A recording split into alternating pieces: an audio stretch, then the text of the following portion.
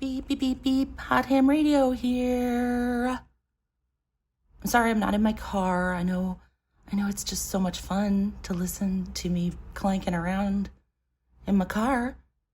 But I have to read some things to you today, so I probably shouldn't drive while I'm reading.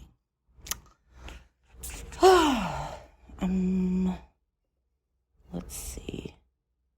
So I have a few excerpts from some excellent medical journals that I found on NIH's database of medical journals. And they're involving Munchausen syndrome by proxy and sudden infant death. This case, I had only really learned about the possible theories involving this syndrome when this case is concerned. I think I only learned about it beginning of 2022. And I found one of these articles back then and another one pretty recently. And at the time when I read these, it pretty much changed everything for me. And it's why I'm still here.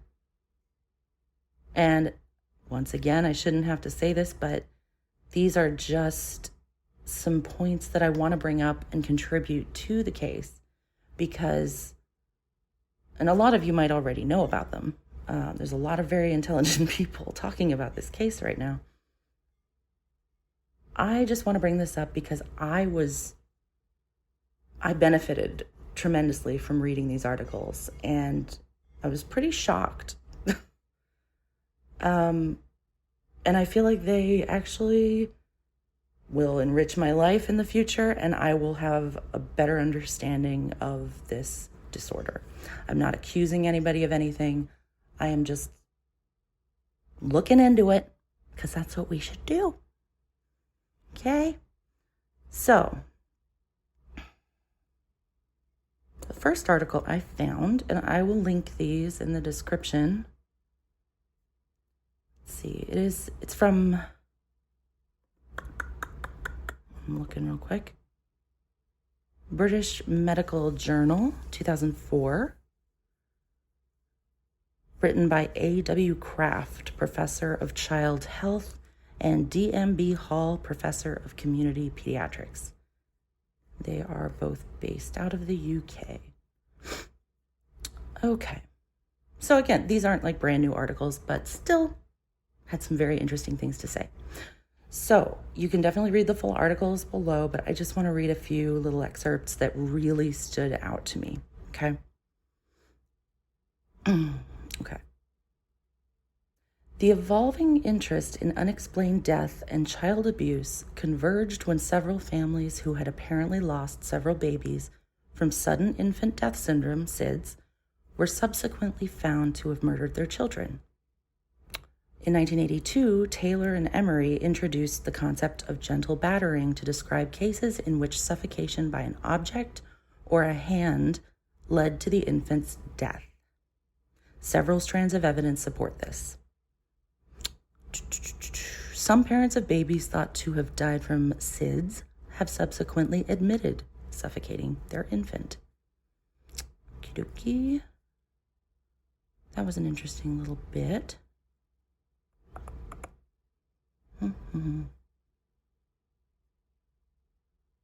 Oh, this was another interesting bit about medical practitioners. Professionals expect to be accountable for and challenged about the reliability of their research, evidence, and interpretation. Nevertheless, they must be able to undertake their duties without fear of ill-informed attacks on their competence and integrity by the media or by parental organizations. Orchestrated campaigns intended to discredit expert opinions have made professionals increasingly reluctant to participate in child protection cases. A recent survey undertaken by the Royal College of Pediatrics and Child Health found that 14% of pediatricians have had an official complaint made against them in respect of child protection issues arising in general pediatric practice. Of 87 pediatricians referred to the General Medical Council whose cases have been completed, none were found guilty of serious professional misconduct.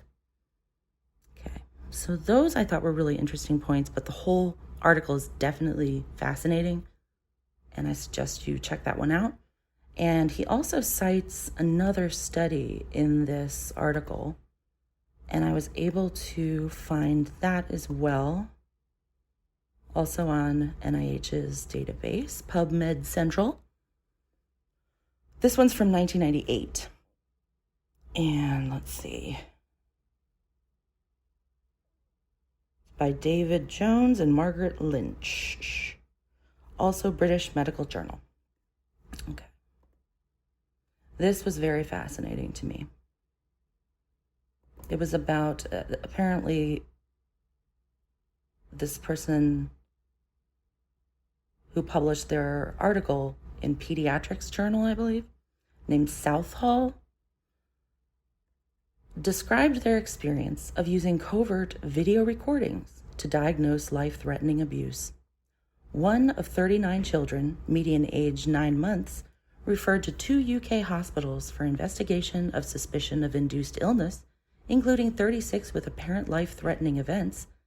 The authors filmed evidence of abuse in 33. This included suffocation in 30, poisoning in 2, and the breaking of an arm. The transcripts of the recordings make distressing yet essential reading. Risk of abuse extended to other children within these families. 12 out of 41 siblings had died suddenly and unexpectedly. Suffocation was subsequently admitted for 8, and reinvestigation of another revealed salt poisoning. And then abuse was documented in a further 15. That was an interesting start to this article about the use of video surveillance. Another line also further down about how to deal with these cases. How do we handle child abuse like this, which is such a misunderstood, well, not misunderstood, but little understood disorder. Especially if they have to use video surveillance to diagnose it oftentimes. So they're suggesting what are the methods we can enforce to prevent future abuse if we see it. One sentence stood out to me, and it says, partnership as avoiding confrontation or mere togetherness is always dangerous in serious abuse. That was interesting. Covert video surveillance needs to be available as a tool for diagnosing some forms of factitious illness, though it must not replace a full child and family assessment on which intervention should be based. Finally, the work which follows recognition is all important, for herein lies the potential for preventing further harm to children and stopping escalation in less serious cases. It also stood out to me, that's all I'm going to read from these, but I believe both articles mentioned that the goal here is not really to figure out who's guilty, like for judicial reasons. The goal, because it's so difficult to provide evidence for these cases, and a lot of practitioners feel threatened and might not feel comfortable diagnosing something like this, especially when it comes to a potential crime or murder. So I thought that was interesting, and I think it runs parallel to the way a lot of people I talk to about this case feel, which is that we're not really here to worry as much about who should be incriminated. It's more about expanding our knowledge on this topic so that we can hone our ability to recognize it in the future.